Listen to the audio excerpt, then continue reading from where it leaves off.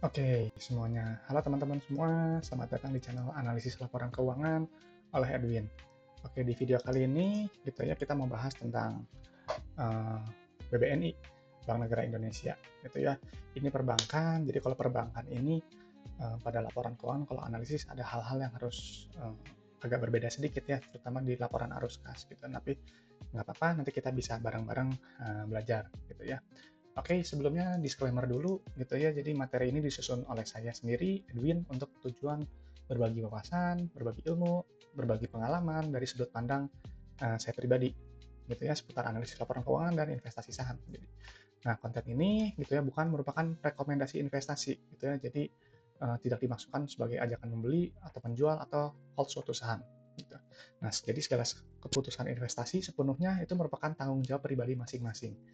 Jadi disarankan untuk selalu melakukan riset mandiri, analisis mendalam secara mandiri, dan bila diperlukan konsultasi dengan penasihat keuangan profesional yang berlisensi sebelum mengambil keputusan. Jadi semua yang saya sharing di sini adalah informasi umum, sebatas untuk edukasi aja, untuk sharing bagaimana cara saya uh, membaca laporan keuangan, gitu ya, step by step-nya, gitu ya.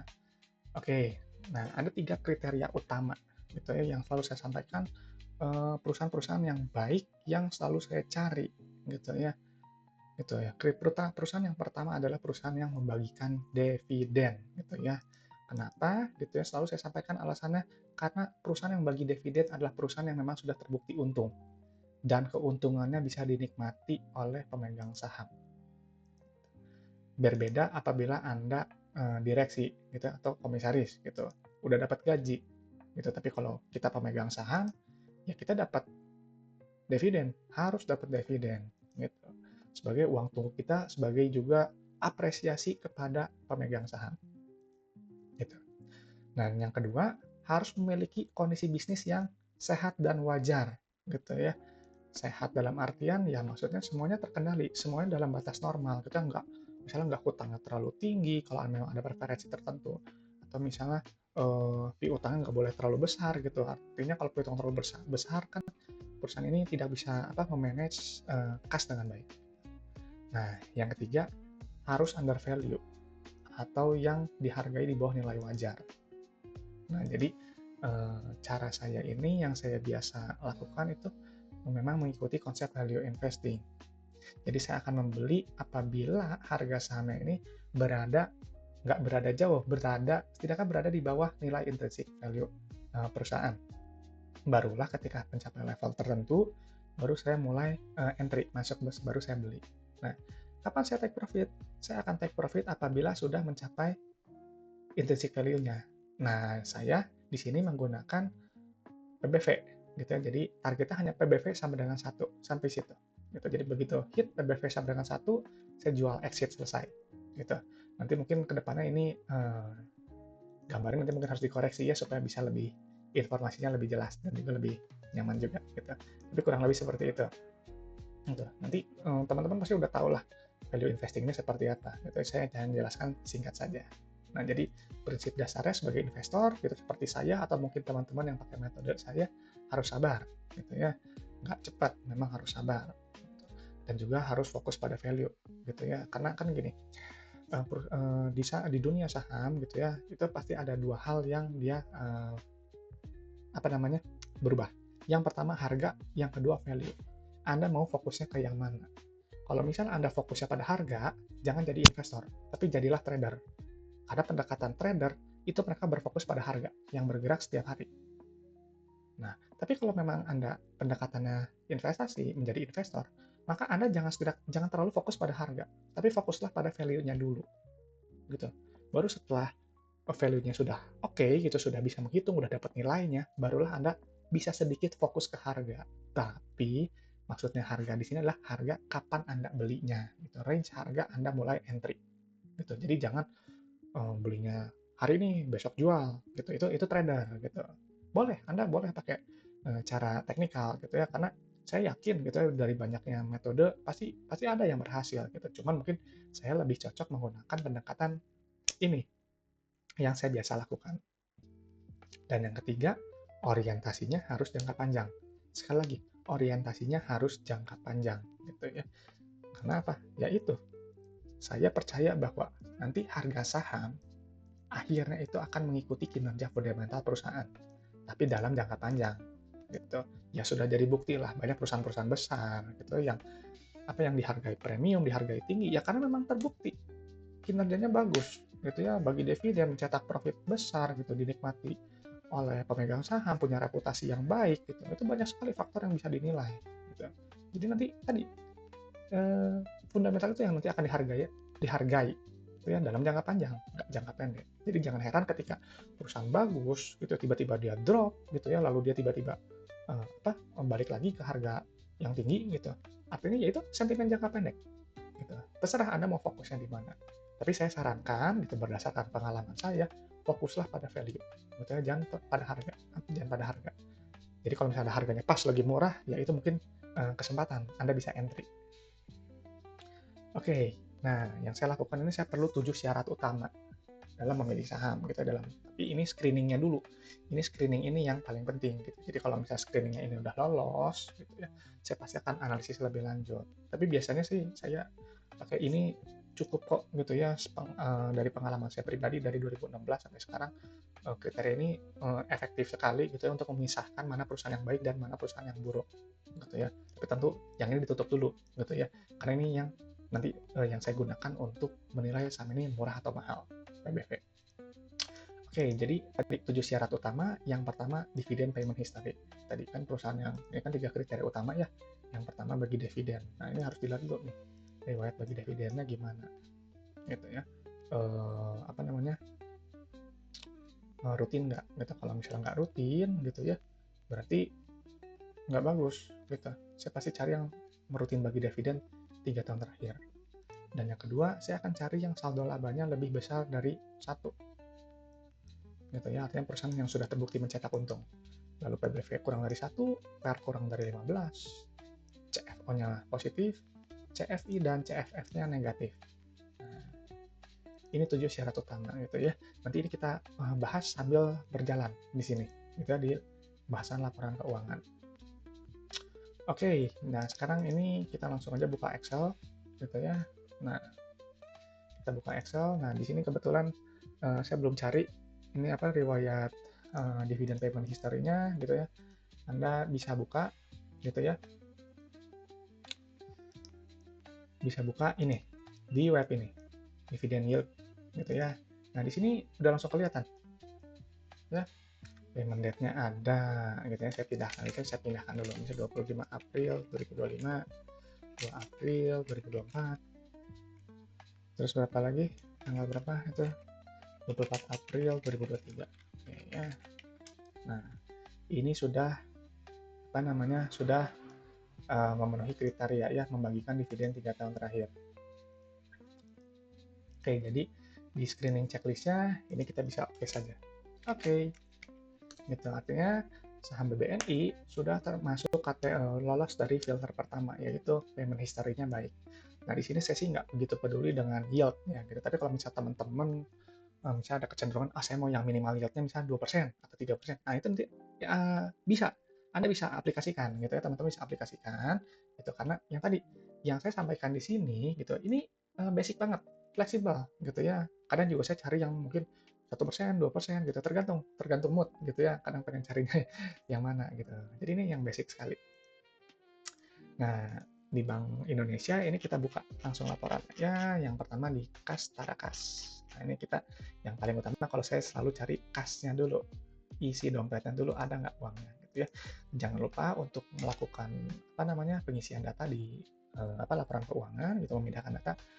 Ini dulu lihat nih apa namanya satuannya. Ini satuannya jutaan, jadi kita pindahkan jutaan. Nah, oke. Nah, baru kita pindahkan datanya ya. Nah, untuk di sini kan di Excel saya ini kan saya tuliskan kas dan setara kas ya. Ini memang saya biasa dipakai untuk ya bank dan non bank gitu ya. Cuman kalau misalnya pada perbankan ya fokusnya hanya di kasnya aja lah gitu ya. Cuman memang bisa untuk di bank sih kas dan setara kas ini enggak maksudnya agak jarang juga sih ya dilihat gitu menurut saya. Cuman tetap saya cantumkan. Oke, ini udah diisi gitu ya. ekuitasnya udah terisi gitu. Oke, nah di perbankan gitu ya, di perbankan, maksud saya di balance sheet itu kan ada aset, ada liabilitas, sama ada ekuitas gitu ya. Saya biasanya langsung loncat ke ekuitasnya dulu. Ini yang paling penting gitu ya. Jadi kalau misalnya udah sip gitu dari ini udah oke, baru nanti saya lihat yang lain. Nah ini kita buka ekuitas. Nah ekuitas ini dia ada tiga ya, ada dua ya komponennya, modal dan saldo laba gitu ya, yang paling basic, paling simpelnya itu. Nah, saya cari tadi retain earning-nya harus positif gitu ya. Nah, ini udah ada nih. Saldo laba nih ya, cadangan umum wajib dan khusus. Nah, ini nih. Ini yang Anda pindahkan datanya ya. Saldo laba yang dicadangkan. Sebenarnya apa sih saldo laba yang dicadangkan itu? Kalau saya sih apa namanya? Mengartikannya saldo laba yang dicadangkan adalah saldo laba atau akumulasi keuntungan yang digunakan oleh perusahaan. Ya, bebas. Misalnya untuk beli alat gitu ya, untuk ekspansi.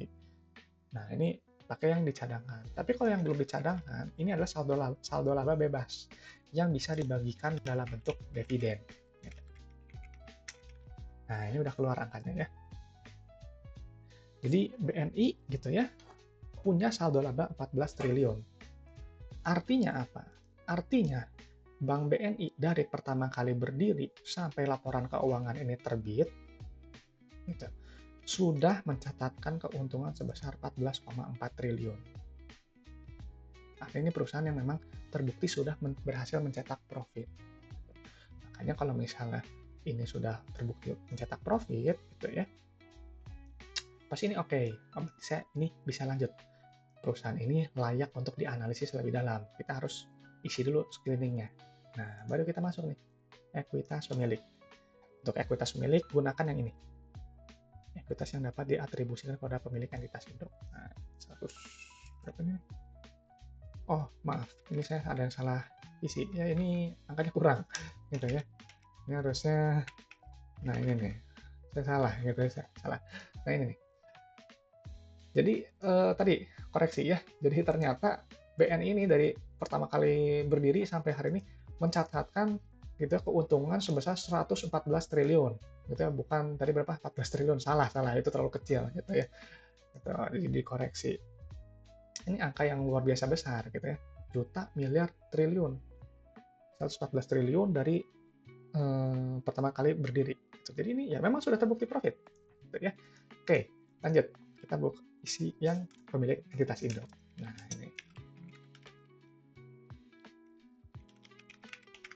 Nah ini kita bisa lihat ya. Nah nih, bayangkan ya, Anda bisa lihat gitu ya. Jadi dari komponen ekuitas ya gitu ya, dari 100% gitu, ini kan 100% ya total yang ini nih. 69%-nya itu berasal dari saldo laba gitu ya. Atau gini nih, simpelnya gini, anggap aja ini 70% ya, ini 70%, berarti modalnya berapa? Kan tadi komponen ekuitas itu kan ada 3 ya, ada modal, nih ini modal, sama ada saldo laba. Nah, ini ini katakanlah modalnya 30 gitu ya, tapi sudah menghasilkan profit sampai 70, 2 kalinya. Gitu, berarti bisa dibilang modalnya berapa nih? Kalau ini 100, katakanlah 110 lah gitu ya. Ini kan berarti 70%, ya udah tinggal 7/10 kali 110. Itu modalnya. Dan sudah menghasilkan lebih. Itu udah balik modal gitu. Ini di luar dividen yang dibagikan. Itu ini perusahaan yang baik artinya. Dia sehat, bagus gitu. Kenapa? Karena teman-teman nanti bisa cek ya perusahaan-perusahaan yang bermasalah, perusahaan-perusahaan yang kurang baik, pasti mereka tidak memiliki saldo laba. Pasti mereka tulisannya defisit gitu, atau akumulasi rugi. Artinya apa? Perusahaan tadi misal BNI akumulasi rugi 100 triliun. Artinya apa? Dari pertama kali BNI berdiri sampai keuangan itu terbit gitu ya, di laporan ini terbit, ruginya 100 tadi berapa tadi 100 triliun gitu ya. Nah, coba nanti Anda cek gitu ya perusahaan-perusahaan yang bermasalah gitu. Mungkin kebetulan kita selama saya buat video belum ketemu ya. Memang saya udah tahu perusahaan-perusahaan yang seperti itu gitu ya. Cuman nantilah kita mungkin nanti ada di lain video nanti kita bahas gitu ya. Oke, gitu. Nah, ini kita keluar nih, ekuitasnya udah keluar. Nah, ini nih, saya langsung lihat nilai bukunya, PBV-nya. Nah, PBV-nya berapa? Ah, ini pas nih, 1,1. Ini udah bisa masuk watchlist, artinya kalau udah dekat-dekat 1 gitu ya. Memang dia masih decline ya, statusnya ya masih belum oke gitu. Cuman ini udah dekat 1, ini bisa dipertimbangkan buat saya gitu. Jadi kalau dia kurang dari 1, kalau yang ininya bagus gitu ya, nanti bisa kalau udah level tertentu nanti bisa mulai cicil beli. Gitu, itu kalau cara saya seperti itu. Ini berarti udah mendekati lah, bentar lagi murah gitu ya kalau pakai PBV. Cuman kalau saya sih memang favorit PBV. Kenapa favoritnya PBV? Karena saya lebih suka menilai sesuatu itu sama yang sudah ada, yang udah kayak gini, laporan keuangan ini kan udah ada nih, ya udah tinggal hitung yang ada. Saya nggak suka pakai proyeksi gitu ya, kalau pakai proyeksi kadang banyak faktor yang sifatnya subjektif gitu ya, jadi nanti mungkin nilainya bisa sekian sekian sekian, agak susah kalau saya dibayangkan gitu ya. Tapi kalau misalnya saya pakai PBV kan udah jelas, oh PBV sama dengan 1 artinya take profit. Kalau misalnya PBV misalnya 0,5 beli, ya berarti udah, nah ini nih tabelnya, beli di PBV 5, profitnya udah 100%, kayak gitu. Udahlah, saya sih nggak cari yang multi bagger, saya cari yang masuk akal aja lah, yang wajar-wajar aja, nggak apa-apa kok. Misal profit cuma 30%, 20%, 40%, nggak masalah kok, gitu ya. Gitu. Oke, jadi yang untuk ini udah beres, gitu ya, ekuitas sudah beres, kita langsung skip ke, nah ini. Ini karena perbankan, jadi mungkin videonya mungkin agak lama sedikit ya, karena perbankan memang apa namanya agak beda dikit. Nah, untuk pengisian laporan laba rugi, ini kalau di bank ini istilahnya bukan pendapatan atau revenue, tapi ini interest income, gitu ya. Jadi kalau bank bukan bukan revenue, tapi interest income. Ini nih yang paling atas. Jadi untuk ini kita isi langsung yang ini, ya kita isi aja. Oh iya, mungkin teman-teman bingung ya, kadang gini, saya tulis gitu ya, kiri kanan gitu yang tapi saya nggak pernah bahas yang ini. Enggak, gitu, bukan saya nggak bahas gitu. Ini kenapa kita harus mencantumkan juga gitu ya, periode sebelumnya, kuartal sebelumnya gitu ya. Buat membandingkan, ada kenaikan nggak gitu, atau ada penurunan nggak performanya gitu. Kenapa? Ya jadi biar bisa lihat nih progresnya gitu. Kalau dia bertambah-bertambah terus kan artinya bagus gitu ya. Bukan saya nggak mau bahas gitu, tapi ya kalau misalnya nggak apa ya namanya, saya sih ya udah gitu ya, kayak misalnya kan ini kan metode saya yang biasa saya lakukan, jadi kalau memang udah ada salah satu nih yang dia nggak masuk kriteria, udah saya skip aja gitu. Oke ya, sekarang kita lanjutin lagi belajar nih laporan laba rugi. Nah ini nih, nah laba brutonya yaitu net ini, pendapatan bunga bersih gitu ya, setelah dikurangi beban bunga. Nah jadi di sini nih gross profitnya itu yang ini kita isikan ya. Nah, ini keluar nih. Memang harus diakui bahwa bisnis perbankan ini memang bisnis dengan gross profit yang tinggi gitu ya. Jadi sangat-sangat menguntungkan. Ya, kenapa? Karena kalau misalnya GPM-nya tinggi, ya kan berarti makin banyak ruang untuk laba bersihnya. Gitu ya. Kan nanti kan nih laba kotor kan nanti dikurangi beban operasional, ya beban beban operasional, beban bunga, beban-beban lainnya lah gitu ya. Baru nanti keluar angka final lah ini, laba bersih. Langsung skip. Nah, ini memang kan kalau Anda memang interest sekali dengan belajar laporan keuangan, ya Anda harus tidaknya ini paham satu-satu pos ini. Cuman kalau saya sih enggak ya, maksudnya karena udah ya saya lakukan dari 2016 sampai sekarang, ya saya lakukan apa yang saya bisa lakukan aja, cari aja yang pentingnya aja gitu. Gitu kan Anda bukan ini apa namanya, Anda kan investor gitu, pengen yang penting untung gitu ya. Kita nilai perusahaan ya itu aja, perusahaan bagus, sehat, oke lah udah. Yang lainnya sih nggak usah terlalu pusing. Oke, mana tadi laba bersih? Nah ini nih, laba bersih. Tunggu, tunggu sebentar. Nah ini nih, pakai yang ini. Laba periode berjalan diatribusikan kepada pemilik entitas induk ya. Kita pakai yang ini karena kita uh, pemilik entitas induknya. Oke ya, ini kita isikan. Nah, wah, lihat tuh. Margin laba bersihnya kalau perbankan memang tinggi-tinggi ya, kebanyakan tinggi-tinggi. Ini di sini aja nih 30%. Artinya apa? Contoh Anda menjual satu mangkuk bakso 10.000 gitu ya. Udah bayar ini itu dapat bersihnya 3.000 gitu ya. Nah, ini bagus nih. Margin laba bersihnya tinggi.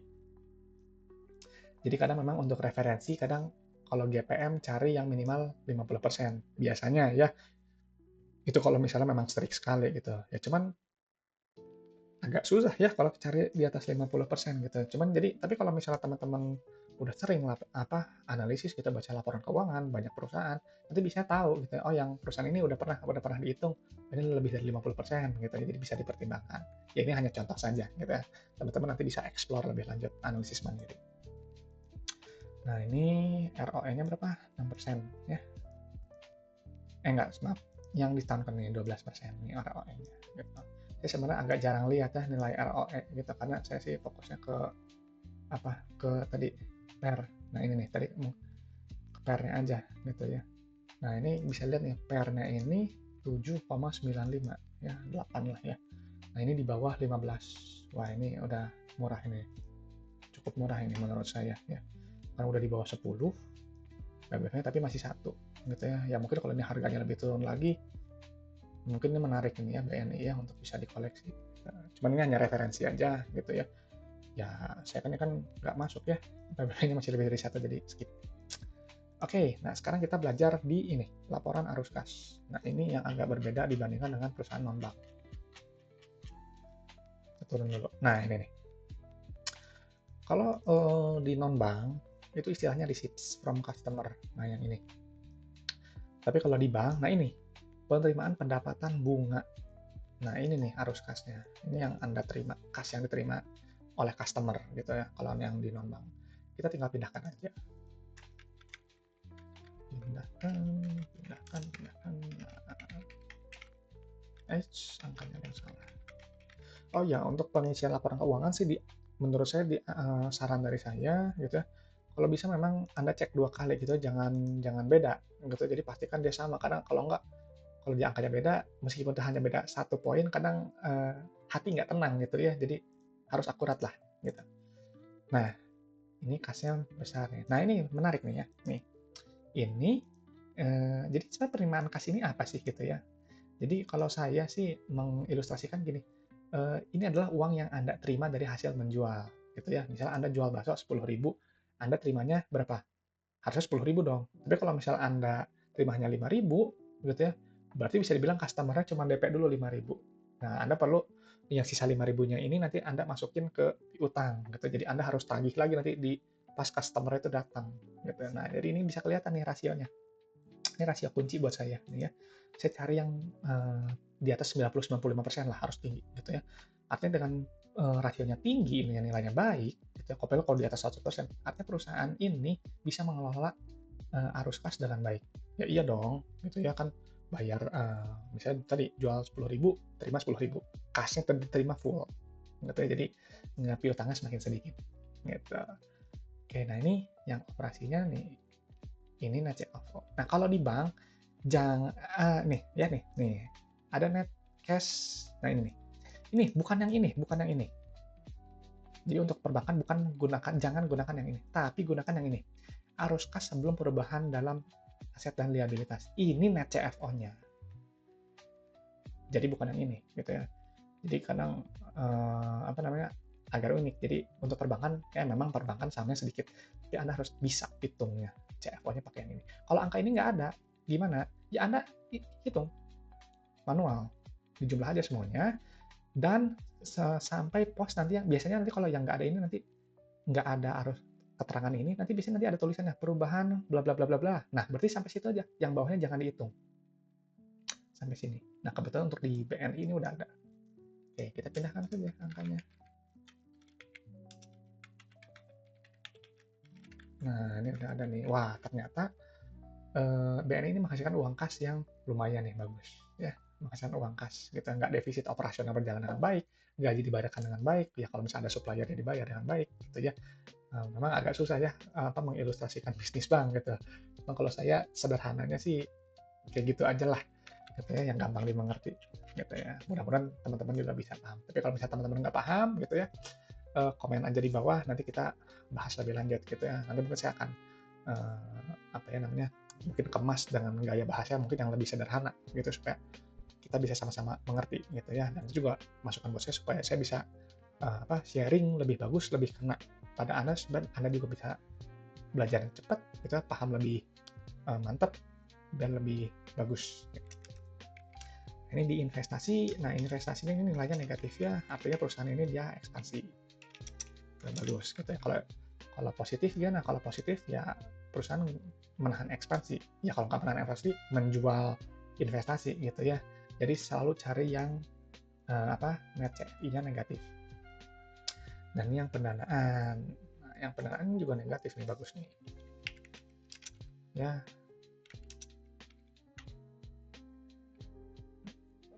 Nah ini kita lihat ya. Nah kalau misalnya ini kan kita ada hubungan ya gini, ini CFO-nya positif, ini negatif ya. Kan kalau di screening ini harus negatif gitu ya. Kenapa? Gini, sederhananya kalau misalnya pendanaan yang negatif, artinya perusahaan ini membayar hutang. Gitu ya. Jadi kalau misalnya dia positif ya, dia artinya mengambil hutang. Gitu. Nanti mungkin Anda bisa baca di bagian ininya. Nah ini nih, kan kayak contohnya ini nih, misalnya yang sebelumnya nih, malah jadi menerima efek-efek yang diterbitkan. Gitu ya, jadi buat tambahan uang kas. Gitu. Jadi kalau misalnya ini memang sih kita di yang periode yang ini nih ada pembayaran dividennya ini bagus gitu. Bagus. Kan cuman kalau misalnya kita hitung ini kan misalnya ini 14 gitu ya, 14. Ini kan berarti 13 ya. Berarti pendanaan ini minus 13 nih. Artinya apa? Artinya apa? Dari kegiatan operasional uangnya itu bisa buat tadi bayar pinjaman gitu ya. Nah, tapi kurangnya dan juga kalau ini kan negatif nih, berarti bisa ekspansi juga. Tapi ya karena dia ada ini kan nih, pembayaran dividen, ini kan negatifnya lumayan ya, agak besar gitu. Dia pasti mengambil dari uang tunai, kas setara kas ini. Gitu. Nah, kenapa ini kas dan setara kas dan laporan arus kas ini dia sangat berkaitan gitu ya. Carilah yang kasnya ini bukan besar tapi mencukupi, cukup gitu. Jadi karena kan kalau misalnya kasnya besar berarti kan bargaining power kuat gitu ya kan. Pasti perusahaan juga dilihat nih, ada uangnya nggak gitu ya. Kalau bank juga pasti ngelihat nih bisa bayar nggak nih pinjamannya. Kalau misalnya nggak bisa bayar, ya bank juga takut kasih pinjaman gitu. Sama seperti Anda gitu. Jadi ada yang harus dinilai gitu. Ya salah satunya yang terpenting ini kas gitu ya. Oke, jadi nah ini nih kita lihat dari kesimpulannya gitu ya. Ini oke semua kecuali PBV kurang dari satu. Jadi kalau pendapat saya pribadi BNI ini banknya kondisinya bagus sekali gitu ya, baik gitu ya, semuanya memenuhi kriteria gitu ya, cuma mungkin PBV-nya masih sedikit lebih mahal ya 1,01. Tapi kalau misalnya dia ini kurang dari satu, nah baru kita analisis lebih lanjut nanti dengan rasio-rasio perbankan gitu ya. Yang beda itu unik sendiri gitu, nanti bakal dicek lebih lanjut lewat situ gitu ya, apakah layak dibeli atau tidak. Jadi semua yang Anda lihat di screen ini adalah screeningnya dulu gitu ya. Jadi kalau ini lolos screening gitu ya, ya bisa dibilang tadi perusahaan ini dia secara operasional bisnisnya dia berjalan dengan baik. Gitu. Mahal atau tidak ya tergantung ya, valuasi yang Anda gunakan ya. Oke, jadi mungkin itu saja untuk BNI gitu ya. Nanti mungkin di BNI ini mungkin masih kurang mendalam juga saya rasa ya pembahasannya. Tapi nanti mungkin kalau bahas perbankan lagi nanti saya coba kita bahas lebih dalam gitu ya. Maka teman-teman komen aja gitu kalau misalnya ada bagian-bagian yang perlu dijelaskan lebih lanjut gitu ya. Atau mungkin kalau teman-teman ada request saham apa yang mau dibahas gitu ya dari sudut pandang saya, boleh langsung aja sebut kode sahamnya di komen, nanti saya fasilitasi, nanti kita bahas bareng-bareng supaya kita biar bisa sama-sama belajar. Oke, paling segitu aja untuk video kali ini. Mudah-mudahan bermanfaat untuk teman-teman. Sampai ketemu di video berikutnya.